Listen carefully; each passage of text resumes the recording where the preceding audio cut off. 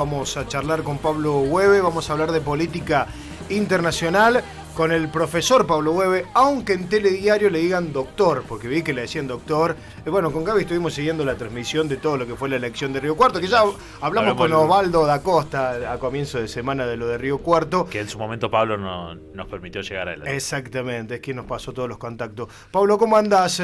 Buenas tardes. Primero que nada, felicitaciones por ese laburo y gracias por atendernos.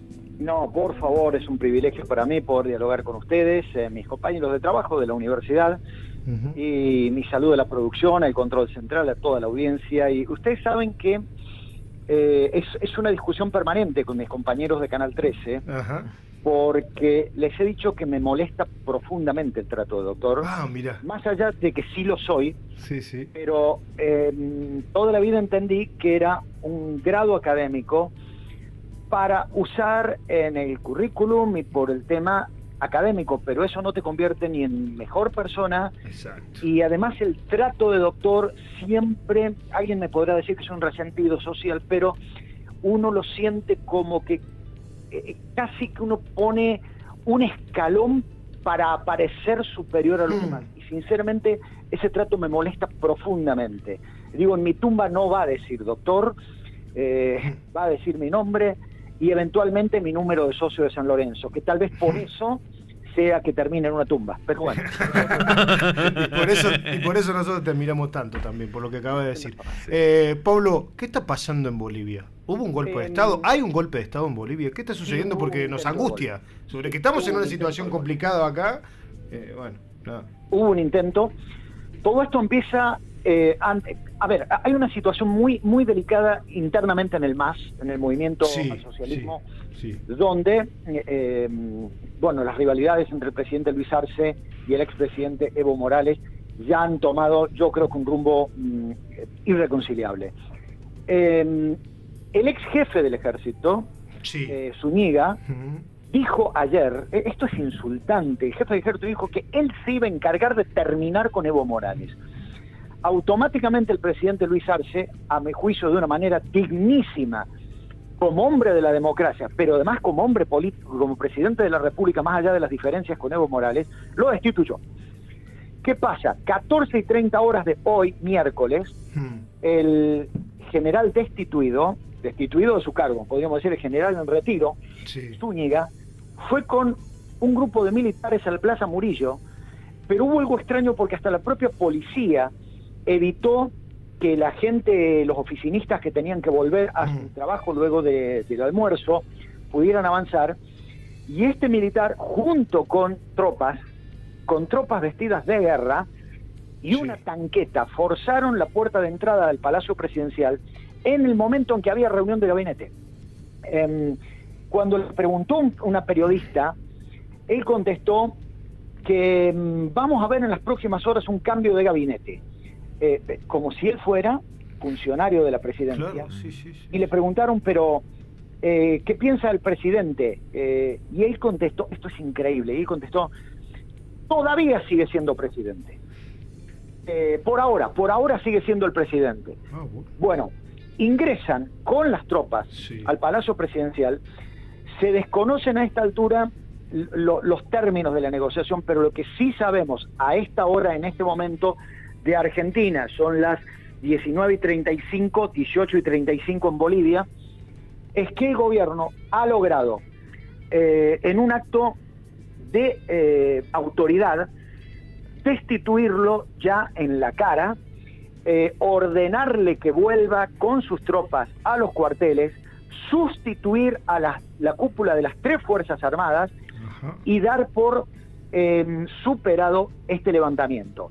Es importante que la Corporación Obrera Boliviana llamó a un paro por tiempo indeterminado, y ojo, esto no es menor. Ustedes son muy jóvenes, pero los que peinamos canas, aunque no se nos vean, en el año 1982 había ganado las elecciones una fuerza de izquierda, la fórmula integrada por el presidente Hernán Siles Suazo y el vicepresidente Jaime Paz Zamora, una alianza entre el Movimiento Nacionalista Revolucionario de Izquierda y el Movimiento de Izquierda Revolucionaria, y automáticamente había habido un golpe de Estado que les impidió asumir. Bueno, la COB, la Corporación Obrera Boliviana, convocó un paro por tiempo indeterminado y a los 3 meses los militares tuvieron que escaparse por las cloacas porque el país estaba paralizado con cortes de ruta y asumió Hernán Siles Suazo. Desde 1982 lo que hemos visto es crisis económicas como las de el presidente que hablaba mal el castellano y que pretendió poner preso a Evo Morales, echarlo del Parlamento, una sucesión de presidentes, pero en definitiva todo se solucionaba entre los partidos políticos y el Congreso, y particularmente luego de la asunción de Evo Morales, hasta 2019, sí, tuvimos una sucesión de gobiernos sin ningún tipo de interrupción y sin ningún tipo de planteamiento. El año 2019 marcó un peligroso retroceso, un golpe de Estado frente al silencio cómplice del gobierno argentino, sí, donde estaban, oh sorpresa, la ministra Bullrich, que avaló el golpe de Estado, como hoy que mantiene silencio el gobierno argentino, sí, uno de los muy pocos de América que no se ha pronunciado, y ahí hubo una sustitución presidencial no militar. Eventualmente luego hubo una elección, la gana Luis Arce, y fue imputada penalmente, está presa, la usurpadora de la presidencia. Lo de hoy es muy grave porque sí, es volver a la década del 70. Recuerden ustedes que hasta 1982 Bolivia había tenido más presidentes que años de vida. Esto convertía a Bolivia en un laboratorio de experimentos militares. Y en este contexto, lo de hoy es muy valeroso que el presidente Luis Arce, con un acto de autoridad, haya logrado superar esto. ¿Cuál es mi preocupación? Falta mucho para las elecciones. Las elecciones son a fines del año que viene, y si esto ya empezó, por supuesto Camacho, el dirigente ultraderechista de el oriente boliviano, mantuvo también silencio y hubo manifestaciones muy preocupantes de algunos dirigentes empresariales. sí. Pero bueno, hoy por hoy la democracia se mantiene firme en Bolivia. Bien, es Muy una buena bueno el discurso noticia. del vicepresidente David Choquehuanca, y crucemos los dedos para que Evo Morales no siga echando leña al fuego también. Sí, eso te iba a preguntar. Vos sabés que, y digo, a ver, para que Pablo lo desmiento, ¿no? Porque hoy también, cuando saltó esto, empecé a hacer zapping por los canales y a leer, a ver, porque también ahí te das cuenta qué pasa, ¿no? Con las diferentes posturas de distintos periodistas. Y escuchaba justamente TN, digo, che, ¿será esto tan así? Porque en un momento dice, esto viene por la interna que tiene el MAS, algo que vos decías recién. Por eso quería preguntártelo a vos, ¿de dónde viene directamente? Yo sé lo que está detrás de esa información del MAS. ¿Ah? Lo que está de la información de TN. Bien. Sé perfectamente que entre líneas lo que está diciendo TN Sí. es que los militares tienen que poner orden frente a un Evo Morales que quiere asumir una candidatura inconstitucional. No. Bien. Evo Morales fue el primero que hoy salió a repudiar el golpe de Estado. Sí. Y Luis Arce, con todo lo que se pueda decir, destituyó a un militar que había amenazado a Evo Morales. Así que, amigos de TN, amigos del Grupo Clarín, miren para otro lado, en todo caso empiecen a condenar el silencio de los gobiernos de derecha como que tenemos en Argentina, pero no es la interna del MAS. Acá hubo un intento de militares que están vinculados a sectores empresariales y a sectores del oriente boliviano, y que creían que se podía volver alegremente a la década del 70. Espero que hayan aprendido la lección. El discurso recién lo acabo de escuchar en frente a la Plaza Murillo, del presidente Arce y del vicepresidente, son realmente muy importantes y además una manifestación popular en varias ciudades de Bolivia avalando la continuidad del proceso político. Perdón por la vulgaridad que voy a decir. A ciertos presidentes déjense de jorobar porque hay a ciertos periodistas, porque hay periodistas que sí querían ver un golpe militar y de alguna manera querían ver a algún presidente de derecha festejando junto a un nuevo cuartelazo en contra de un gobierno de izquierda. Pablo, veía yo también las primeras repercusiones y algo que surgió y no debería llamarme la atención, pero llamó la atención y uno ahí quizás tomó la magnitud de lo que estaba ocurriendo en Bolivia, porque hubo expresiones hasta de la OEA en el día de hoy. Sí, lo que pasa es que no se puede negar la legitimidad del gobierno de Claro. Bolivia. Uno puede entender esta pantomima que es la autoridad de la Organización de Estados Americanos. Digo porque en algún momento la OEA realmente era una manifestación de dignidad continental. Sí, totalmente. Pero que ellos pongan en tela de juicio la legitimidad del proceso venezolano, la legitimidad del proceso nicaragüense. Ahora, con el de Bolivia no tenían ningún argumento. De todas maneras, les digo, escúchenlo, tómense un antiácido, pero escúchenlo al secretario general de la OEA, que se tomó 35 segundos para hacer un repudio. En otros casos, hasta ha tenido manifestaciones de viajar para apoyar a gobiernos, como por ejemplo fue uno de los muy pocos que estuvo presente en la inconstitucional reasunción del presidente salvadoreño. Sí. ¿Cómo se sigue en un momento como esto lo que está ocurriendo allí en Bolivia, Pablo? ¿Cómo lo seguimos para saber lo que pasa? Pero también aquí hay que prestarle atención en este contexto después de lo que fue hoy este intento de golpe de Estado. Es muy importante la pregunta. Tiene que ver primero con la situación con la situación económica. Bolivia está atravesando una situación delicada a partir de que se han caído exportaciones de hidrocarburos y exportaciones de minerales, junto con alguna situación que tiene que ver con el dólar. Han caído reservas en el Banco Central y hay alguna situación de creciente malestar social. Esto ha llevado a que algunos sectores sindicales cortaran rutas, pero esto sobre el fin de semana pasado se estaba solucionando y había diálogos bastante adelantados entre el presidente, los ministros y los sectores sindicales que estaban manifestándose.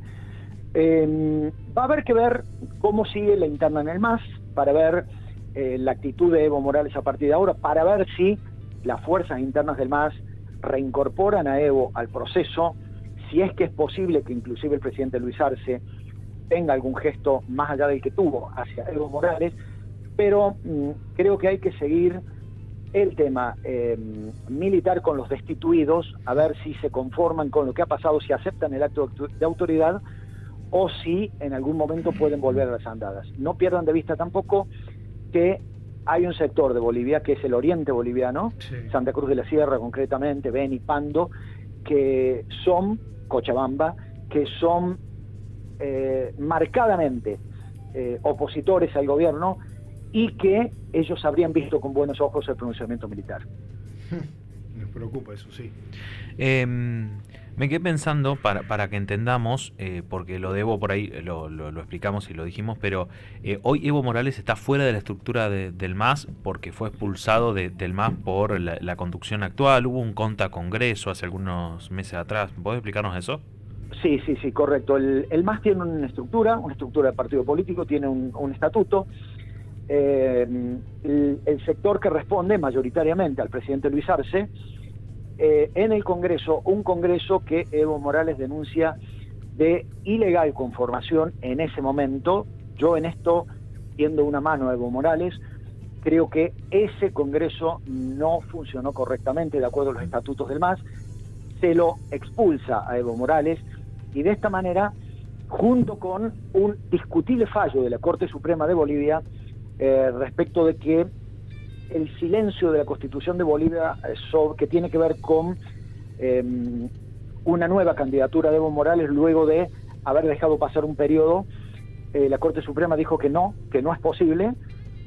Sin embargo, la Constitución no dice nada. Claro. Y se toman de una muy oscura, hacen una muy oscura interpretación de un fallo, de una opinión consultiva de la Corte Interamericana de Derechos Humanos, donde lo que dice la Corte Interamericana de Derechos Humanos, vale la pena leerla, a la opinión consultiva, es que no es un derecho humano la reelección. Pero decir eso, mis queridos colegas, una cosa, compañeros de trabajo, una cosa es que no se considere un derecho humano la reelección, la posibilidad de enfrentar una reelección, y otra cosa es negarle la posibilidad de volver a ser candidato cuando la Constitución nada dice.